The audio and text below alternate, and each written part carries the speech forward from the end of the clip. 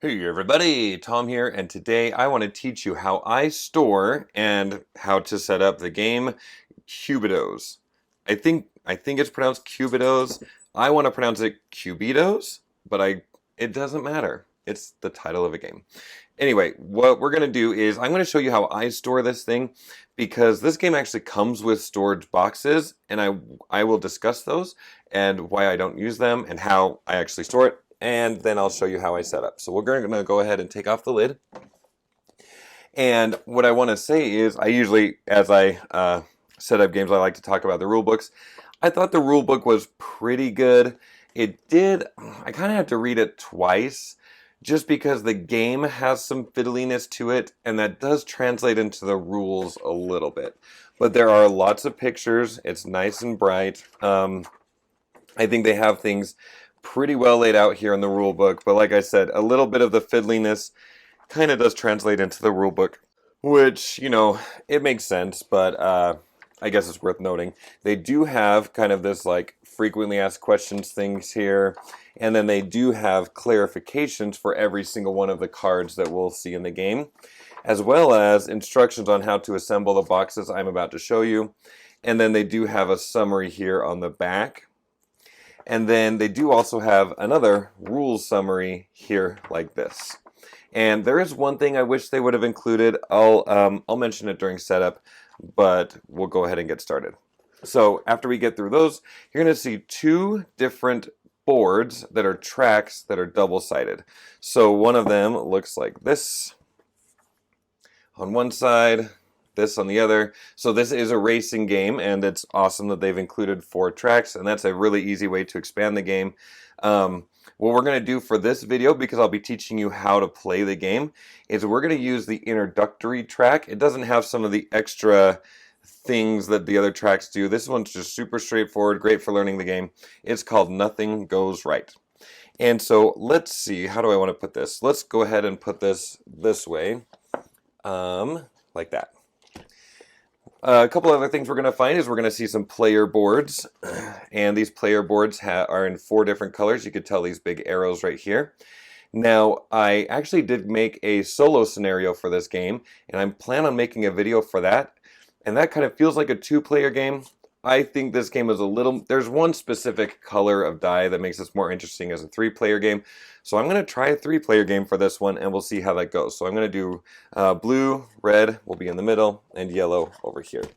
So we'll just toss those over. I don't plan on using the white character. Next we have this fan track, and we will go ahead and put the fan track over here. It doesn't really matter where you put it necessarily. You just want to have it nearby. They also have these helper boards. These kind of explain the different phases of the game. So they're double-sided for the 2 phases. We'll hand one of those to each player.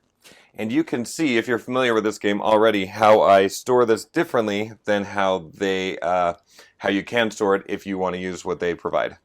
When you buy the game, they actually provide this whole stack of boxes that I'm going to show you in a second, plus this one box that they're not really clear about what this box is exactly for in the rulebook, but okay. But look, they have all of these different boxes that at one point I had opened and assembled and used, and basically every single die color and a token had its own little box. And so to assemble one of these boxes, if you want, you kind of need to crease this thing like this, but basically you pop it open and you would tuck this side down in like this, and because you had creased things, it gives you this little well right here, and then you could close this like this. And the general idea is you could store the green dice inside of the box when the game is all closed up, and then when you're ready to play, you would open this, take out all of the green dice, which I have over here, and then you would store them in the well of this box and just keep the box out like this. And the box is cool because it does have an icon showing you exactly what the 6 sides of that die is, and the card I'm about to show you would just place in front of the box, and that's great. One thing that I don't like is it does take up a lot of space. The other thing is I actually ripped one of the boxes the first time I went to open it just because opening it is a little cumbersome. Plus, there are 8 different colors of dice, of the actual colorful ones, plus the gray ones, plus the dark gray ones, plus these different tokens here. So it was just a lot of setup and cleanup for a really short game. Like, you had to open up every single box. Anyway, it was just obnoxious. Plus the fact that I ripped one of the boxes right offhand. I just felt like it was too cumbersome. So I don't use these boxes, but just in case I change my mind, I keep the boxes in here. And I use this random box basically just to hold those in place. Whatever. So anyway, I'm going to show you that I have these different Plano boxes that I got from Walmart. I always keep these on hand, so this is kind of how I'm using these Plano boxes. Again, I got those from Walmart. So let's go ahead and take out these tokens. And there's a deck of cards. I bought this, I just have a bunch of these on hand too. That's just this plastic deck holder. It works well for me. Okay, so there are going to be 4 sets of starting dice. And you can see here there are 7 light gray dice and 3 dark gray dice. And each player is going to start with 1 set of those.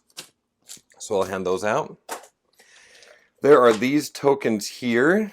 This is like our hand size token, and then these are credit tokens. So I just, like I said, I just keep these in this box, and we'll just set this here for now. And then inside of this Plano box, we have these different cute little character things. And these are going to be our characters. So we have some for the yellow, we'll have some for the blue, and I guess this is more orange than it is red. We'll use those. But basically, each player needs a pair of these. One of these is going to go on the start line, on the start space, anywhere here. I'm going to lay the character like that so you can see it better. And one of them is going to go over here on the fan track, I think they call it. And we're just going to put them in the stands, so I'll lay it out like that. We'll do the exact same for blue. And we'll do the same thing here for orange.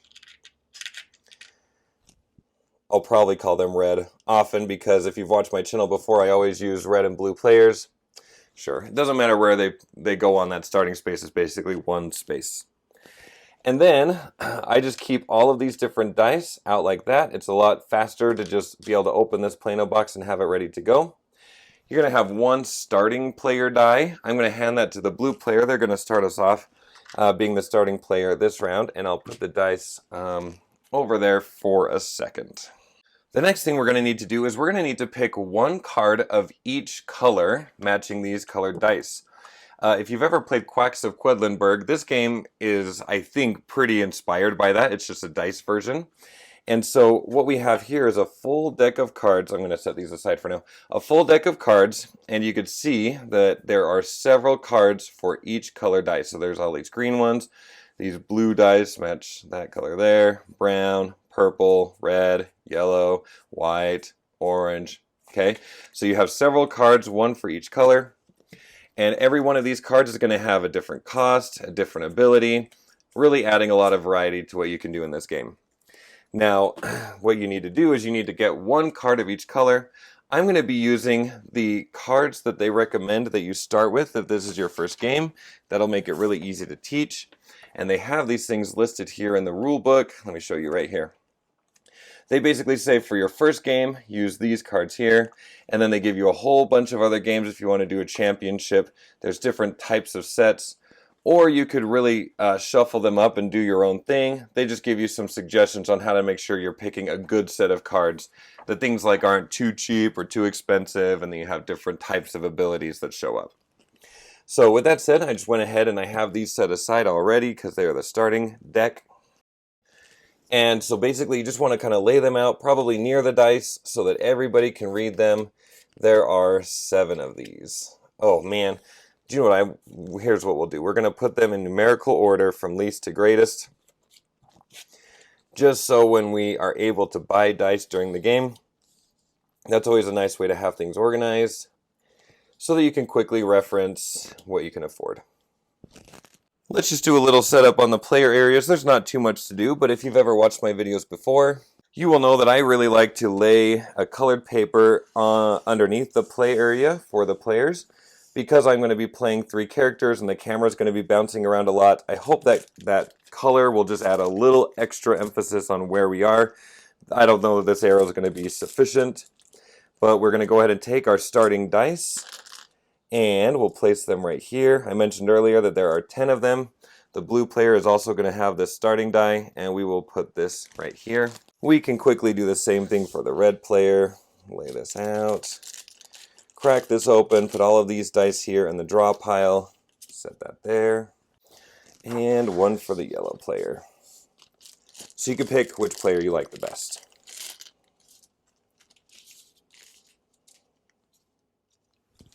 Ew, that is not straight.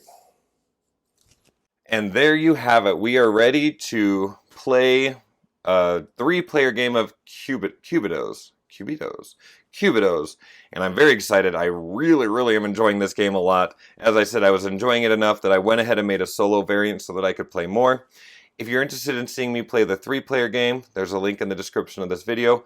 If you're interested in seeing my solo variant, I'll also put a link in the description of this video because I plan to release all of those videos at the same time. And I hope that was semi-enjoyable for you. Thank you for watching. I hope you have a good night. Bye.